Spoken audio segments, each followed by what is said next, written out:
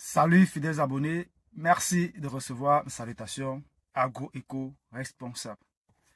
La terre ne trompe pas, c'est vrai, on ne touche pas avec elle. Avez-vous fait plus de vous servir dans cette énième vidéo chez Agripreneur où vous me parler d'un sujet aussi important, aussi capital que beaucoup de promoteurs doivent prendre en compte lors de la mise en place ou de la préparation de leur campagne agricole ou de l'implantation ou de la réalisation de leur projet agricole. Il y a une étape, une phase de votre projet. Bref, il y a des opérations que vous ne devez pas confier à un membre de votre famille, à un de vos proches ou aux ressortissants du village dans lequel vous avez acquis votre parcelle agricole. C'est quoi cette étape? C'est quoi cette phase?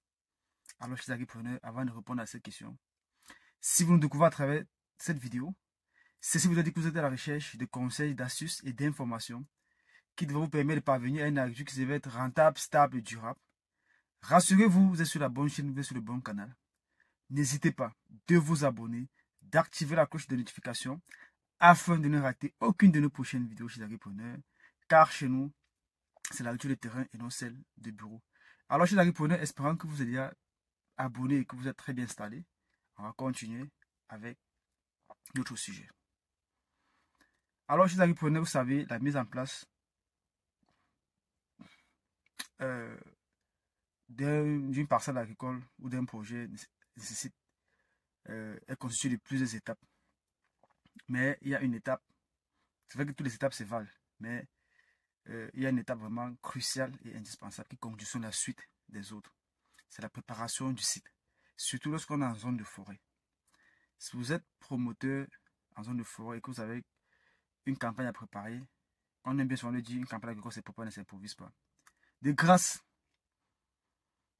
évitez de confier la tâche de la préparation du site à un de vos proches, qui peut être votre papa, votre oncle, votre tante, votre cousin, je ne sais pas trop quoi.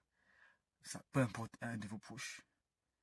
Ou aux ressortissants de la localité ou du village où vous avez acquis la parcelle. Ça peut être les gars du village, ça peut être les cieux du village. Bref, ceux qui vous disent pouvoir avoir la technique ou l'expertise nécessaire pour cela. Rassurez-moi, je partage ici avec vous parce que au bout de plusieurs années d'expérience, les résultats sont pareils, comme tu vois, les mêmes causes produisent les mêmes effets.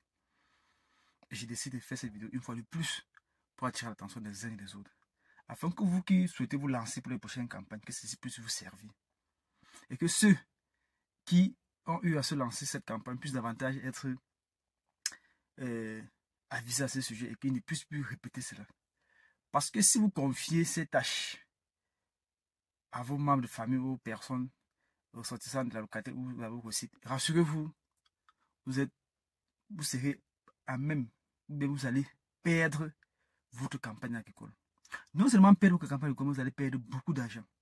Parce que vous allez vous trouver avec une parcelle qui soit n'est pas défrichée, soit n'est pas abattue, ou soit c'est défriché, mais c'est abattu tardivement, et que le moment venu, vous ne soit pas prêt pour le planting. Lorsqu'on parle comme ça, ceux qui ne sont pas sur le terrain ne peuvent pas comprendre de quoi on parle.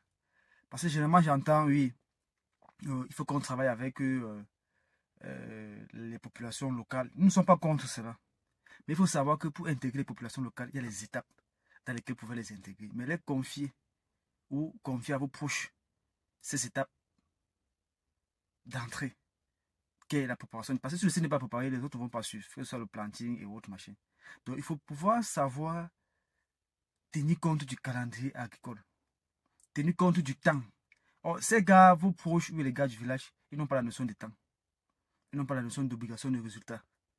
Ce qui les importe, c'est de prendre de l'argent, l'argent. Ils s'en foutent du travail. Ils s'en foutent que vous soyez sur pression. Ils s'en foutent que vous avez un calendrier. Ils s'en foutent que les pluies sont là. Ce n'est pas ce qui les importe. Ils trouveront toujours des raisons pour vous mettre en confiance. Non, boss, le travail avance. D'ici une semaine, ça va aller. Et rassurez-vous, lorsque vous arrivez sur le terrain, vous allez trouver le contraire. Et nous parlons en connaissance de cause.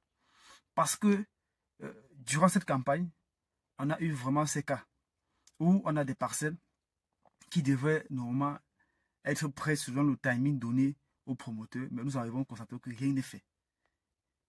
Sur le coup, qu'est-ce qu'il faut faire? Il faut prendre les choses en main pour ne pas perdre la campagne agricole.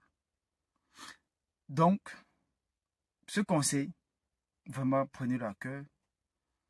Sachez confier vos projets aux professionnels de terrain. Expérimentez. Ceux-là qui ont déjà des preuves, ceux-là qui ont fait, vous avez vu. Et non confier le projet à ceux qui vont vous dire, on connaît, et vraiment, donnez-nous 10 000, on va faire le travail.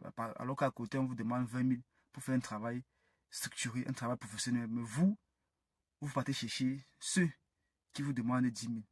Autrement dit, le moins cher. On dit souvent chez nous que le moins cher est cher. Faites très attention, chers promoteurs. Avant de vous engager avec qui que ce soit, prenez la peine de vous renseigner sur ces gens, d'observer ce qu'ils ont déjà fait et l'expérience qu'ils ont, afin de confier votre projet. Donc, évitez de confier le projet aux gens du village, parce que les gens du village, eux, n'ont pas la pression. Ils sont au village, ils ont leurs propres travaux qu'ils veulent faire. Donc, ils viennent chez vous un jour, pas de sujet 2 jours. Donc, ils n'ont pas de pression, en fait. Les membres de la famille n'ont pas d'expérience, ils ne s'y connaissent pas. Vous pouvez permettre aux membres de la famille de contrôler les activités pour rendre compte de l'évolution. Mais ne pas leur donner la responsabilité de pouvoir faire cela, d'être au cœur de cela. Non, ils ne maîtrisent pas. Rapprochez-vous des professionnels qui vont vous donner du résultat et permettre à ce que vous puissiez réussir votre campagne agricole dans les temps, dans les délais. C'est très important. J'espère que le message est passé et que on ne verra plus ce qui s'est passé ou ce qui se passe cette campagne, c'est dans les campagnes à venir. Faites très attention chez les promoteurs, sinon vous allez perdre beaucoup de temps, beaucoup d'argent et au finish, votre projet ne prendra pas corps. J'espère que ce message vous a été utile et que vous avez appris et que vous saurez partager ceci avec beaucoup d'autres agripreneurs afin que eux puissent éviter ceci et se lancer tout en étant efficace et efficient et en respectant le calendrier agricole. Disons à très bientôt pour un sujet encore plus intéressant et encore plus alléchant. Vive l'agriculture africaine, vive l'agroafricanisme. C'était comme ça pour vous, le Chantina agro-africain. Comme toujours, pour vous servir avec beaucoup de plaisir et beaucoup de bonheur. À très bientôt. Bye bye.